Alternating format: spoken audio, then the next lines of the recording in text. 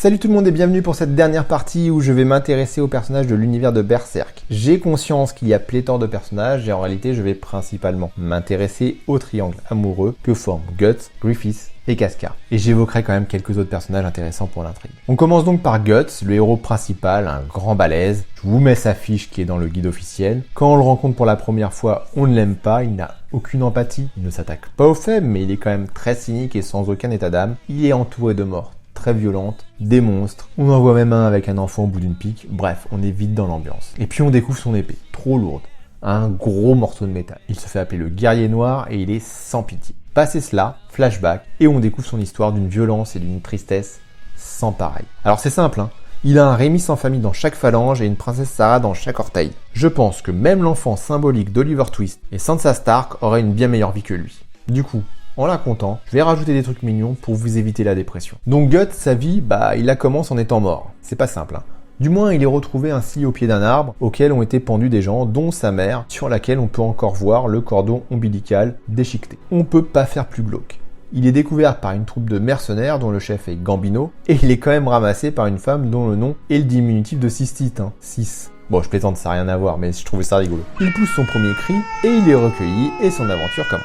Sa mère adoptive, 6, meurt à ses 3 ans, et Gambino s'en occupe, mais lui porte moins d'infection qu'un chien. Cela étant, à son contact, il va quand même devenir un redoutable guerrier, il s'entraîne avec une épée d'adulte, car il n'y avait pas d'épée pour sa taille, et il s'en servira aussi comme doudou. Et puis pour ses 12 ans, Gambino permet à l'un de ses subalternes de passer une nuit avec notre Guts bien-aimé. Pour 3 sous, Guts est violé, ce qui explique qu'il refuse d'être touché par qui que ce soit, hormis Casca et Griffiths. Il finira par tuer son bourreau quelques temps plus tard, il cherchera toujours l'affection de Gambino qu'il n'obtiendra jamais, et qu'il finira par tuer également lorsque ce dernier tentera de l'assassiner. C'est ça, l'enfance de Guts. Il rejoint un autre groupe de mercenaires et fera la connaissance de Griffiths et de Casca. Il entre à ce moment-là dans une période faste, il se fait des compagnons, il est respecté, voire même heureux, et puis il continuera son histoire tragique. Se fera couper un bras, perdra un œil, et celui qui reste verra sa bien-aimée se faire violer par son meilleur ami. Après, il passera son temps à la protéger et à tuer. Glauque, je vous dis. Alors pour la petite histoire, le site skullknight.net s'est amusé à compter et à référencer le nombre total de victimes de Guts. Il en est à 1190. Pas mal, mais c'est moins que Rambo quand même.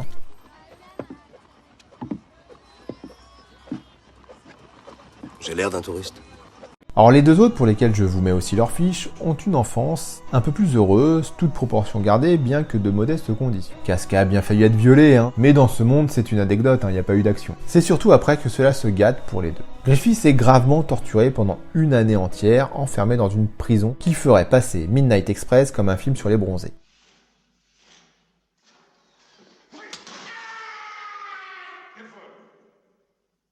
Quant à Casca, elle se fait violemment violer et subira un traumatisme tellement grave qu'elle deviendra un légume pendant 26 tomes, soit plus de 20 ans pour nous lecteurs. Mais revenons à notre triangle amoureux. À son arrivée dans la troupe du Faucon, Guts se bat contre Griffiths qui est subjugué par lui. Il lui tient des propos qui rendent clairement Casca jalouse, qu'il n'a jamais eu pour elle.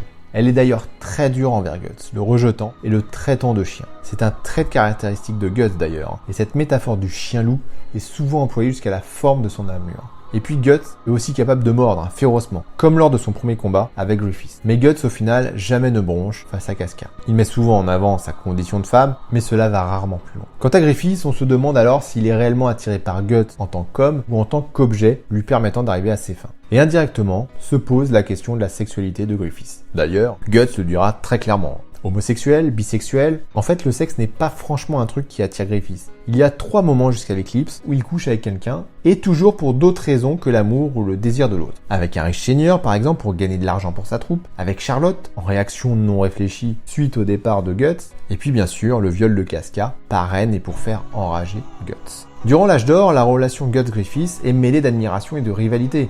Les sentiments de Guts sont clairs, c'est son pote. D'ailleurs, Guts commence à s'épanouir car, entouré d'amis, il se livre davantage jusqu'à développer des sentiments envers Casca. Lors d'une aventure, il la sauvera et elle se rapprochera de lui.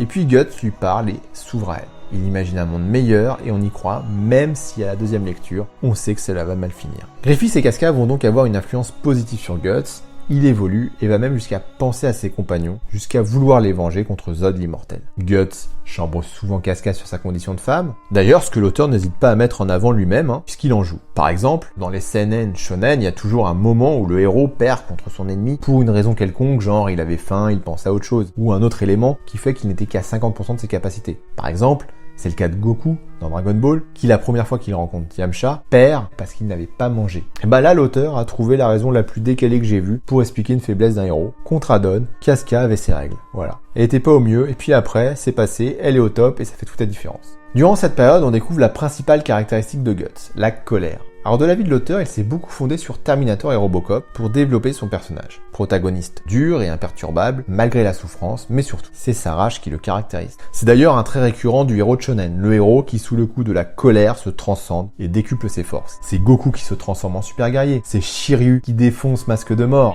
D'innocent que tu as injustement frappé, moi, chevalier Shiryu du dragon, je te condamne à mort. J'adore cette scène. C'est Ken qui devient dur comme l'acier. Et dans Berserk, c'est sublimé. Et c'est la soif du combat, le leitmotiv principal. Guts n'a pas besoin d'une raison particulière, juste le combat. Bien que la mise en place du triangle amoureux fera naître en lui d'autres raisons. Et ce triangle se focalise principalement sur les deux hommes totalement opposés. Guts n'a rien pour lui quasiment. Il sort du néant, il n'a pas une origine qui explique sa puissance, c'est lui et lui seul. Un peu comme Goku, voire Saitama. C'est pas un élu, il s'est fait tout seul. Et d'ailleurs, j'espère que cela va rester ainsi, car c'est tout ce qui fait la force du personnage. J'espère qu'on va pas découvrir que c'est la réincarnation d'un God Hand ou d'un truc comme ça dans les prochains tomes. C'est ce que j'apprécie chez Guts. Griffiths, lui, c'est tout l'opposé de Guts. C'est un génie, un élu, choisi par la Béryte pourpre. Toute proportion gardée, j'y vois d'ailleurs la même opposabilité Sasuke-Naruto. Le côté gore et sexuel en moins, bien évidemment. Un génie d'un côté, un rageux qui s'est fait tout seul de l'autre. Au départ, on a plutôt envie d'aimer Griffiths. Il est beau, étincelant, charismatique, tout l'inverse de Guts. Et puis, progressivement, il fait des petites choses gênantes. Il commence à dire que Guts est à lui, qui lui appartient. Il se dévoile petit à petit, son ambition rayonne, mais il ne semble pas encore malsain. Il devient même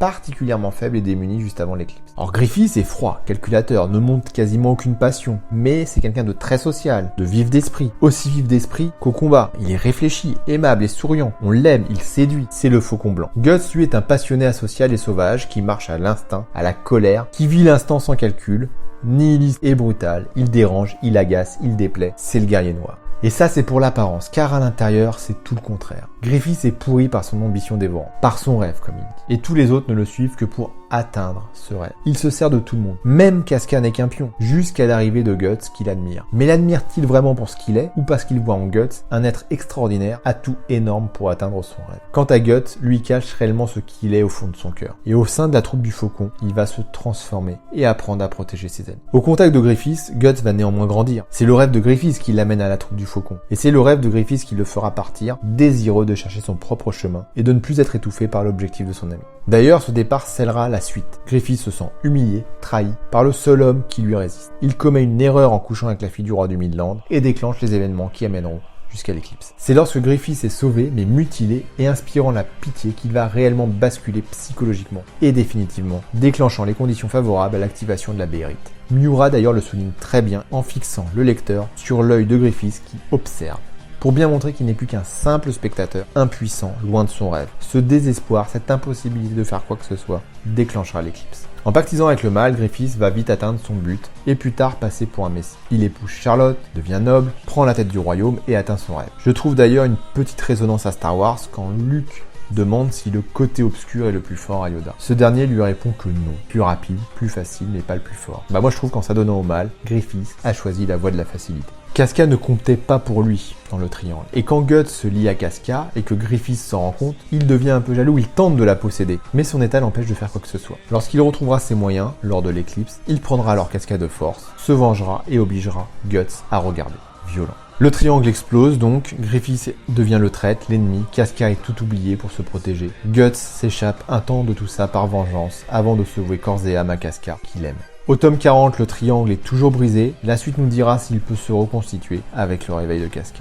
Du côté des autres personnages, je vais me contenter de revenir très rapidement sur ceux que je trouve le plus dignes d'intérêt. Évidemment, certains d'entre vous seront peut-être déçus que je n'aborde pas un tel ou un tel, mais l'univers est tellement vaste que faire une revue de chacun nécessiterait de tripler le temps de cette rétrospective. Il y en a tellement. À commencer par Puck, la conscience de Guts, tel un Jiminy Cricket. C'est l'élément comique de la situation, le comic relief. On aime ou pas, mais je trouve que c'est plutôt bienvenu pour alléger un peu la tension dramatique. Et au début, c'est plutôt bien utilisé. Et puis, il est très utile pour soigner. Évidemment, quand le principe du héros est de transcender son état physique pour se battre, malgré les hémorragies, les os brisés, il fallait bien une astuce scénaristique pour le soigner. Alors si vous êtes attentif, vous verrez que Puck change parfois de forme et se déguise. Et c'est ainsi qu'au gré des tomes, on peut le voir en guetteur robot, dans le volume 17, en esprit, dans le volume 24, en policier, dans le volume 24 encore, et plusieurs fois en Yoda, dans le volume 29, dans le volume 30, même en Doraemon, dans le volume 29 également. Et puis, pour les fans, il apparaît même en Seiya, dans le volume 26. Il y en a plein, amusez-vous à les trouver. Le Night Skull est également source de notre attention, particulièrement puissant, sauvant ou aidant Guts à plusieurs reprises. Mais c'est toujours fait de manière assez créative et bien amenée. Il est l'ennemi héréditaire de Zod l'immortel et en veut grandement au God End. Le God End justement, et les apôtres, évidemment, sont au centre de l'histoire, source de destruction. J'ai une petite pensée pour Slan qui, en plus d'être désirable, c'est le seul membre féminin du God End, elle a un intérêt particulier pour Guts qu'on découvrira notamment dans le chapitre où la petite bande affrontera des trolls à cause d'elle. J'ai une pensée également pour Zod qui est le premier apôtre ultra balèze rencontré par notre équipe de héros. Et je dirais même que c'est l'apôtre le plus intéressant et le moins binaire. Il semble avoir son propre sens de la justice et aidera Guts une ou deux fois. Il est fortement lié à Griffiths. Et puis il y a la bande de Guts. La seconde évidemment, puisque la première n'existe plus même si on l'aimait bien. Farnese, qui est la nouvelle personnalité féminine du groupe et qui rejoint Guts après que ses croyances aient été mises à mal. Serpico, le bretteur d'exception, qui arrive à tenir tête à Guts. Isidro, le Guts miniature très attachant. Et puis surtout la sorcière, Cher, très décriée car une petite fille de 12 ans dans ce monde, c'est pas facile et pas forcément crédible. Elle symbolise d'ailleurs un peu le côté moe du manga que j'évoque dans la deuxième partie. Mais elle est indispensable à notre héros puisque c'est elle qui lui permet de contrôler son armure. Et je trouve que malgré les critiques, ce duo marche plutôt pas mal. Des personnes au destin tragique, il y en a eu des masses dans Berserk. Mais force est de constater que Miura a vraiment le génie pour leur donner du caractère. Même les personnages qui passent rapidement le temps d'une aventure peuvent impacter l'histoire et marquer nos esprits. Je pense par exemple à Luca, la prostituée qui protège Casca, ou l'histoire de l'apôtre Rosine, sans compter le destin horrible d'Anna. Ce travail détaillé des personnages fait la force du scénario car parfois, plus que l'histoire, on attend beaucoup de l'évolution des personnages et des nouveaux qui arrivent. Allez, un rapide avis sur le tome 41 comme promis avec forcément du spoil. Donc si vous ne voulez pas en savoir plus, coupez la vidéo, arrêtez, j'en ai fini. Pour les autres, c'est parti. Alors le tome, décès de Miura oblige, est plus court que les autres. Point de combat, le volume est centré sur nos trois héros. Casca retrouve la mémoire mais reste encore marquée et a du mal à parler à Guts, ce qui est encore compréhensible, même si elle le souhaite. C'est Guts qui se met légèrement en retrait pour ne pas trop la blesser. Elle redécouvre ses capacités de combattante et je trouve par contre que ce passage est un peu rapide. Un petit combat d'entraînement et hop, elle est au top. Guts, lui, continue de s'entraîner mais on n'apprend pas grand chose sur lui si ce n'est qu'il s'est adouci de plus en plus et s'attache au garçon énigmatique qu'on voit apparaître lors des nuits de pleine lune. Griffiths dirige son royaume et j'avoue que l'on commence presque à l'apprécier, de nouveau en mettant de côté que c'est un énorme trait. Il paraît même sympathique quand il valide la création d'un orphelinat alors que les finances du royaume sont exsangues. Si on avait quelques doutes encore sur l'origine du Skull Knight, le tome l'élève complètement. Même si ce n'est pas dit, on voit bien que le Skull Knight était Geisri, l'empereur déchu qui avait réunifié le Midland il y a 1000 ans. Quant au petit garçon, c'est la plus grosse révélation, son identité est découverte. Les plus perspicaces en seraient doutés, et puis dans le tome 41, il y a une page qui va nous mettre sérieusement sur la voie. En clair, c'est Griffiths. Et cette idée est géniale et parfaitement logique. Rappelons que Griffiths est réincarné au travers du fœtus monstrueux né de l'accouplement entre Casca et Guts et perverti par le premier Sabbath. Et l'enfant aux cheveux d'ébène est très attaché à Casca et Guts, comme un fils peut l'être avec ses parents. Lorsque Griffiths révèle ses identités, il a les larmes aux yeux, comme s'il commençait à se repentir. Alors c'est le cliffhanger du tome, Je suis très intrigué de voir où cela va nous emmener. J'espère que ça va vraiment pas être gâché. Peut-être que cela peut reformer le triangle sous un autre aspect. Griffiths était l'ami, le rival, le fantasme, et il renaît maintenant en tant que fils de ceux qui l'a trahi. C'est passionnant. Vraiment, j'attends de voir ce que cela va donner. Cette rétrospective est maintenant terminée. J'espère qu'elle vous a plu. En attendant la prochaine, profitez bien et prenez soin de vous.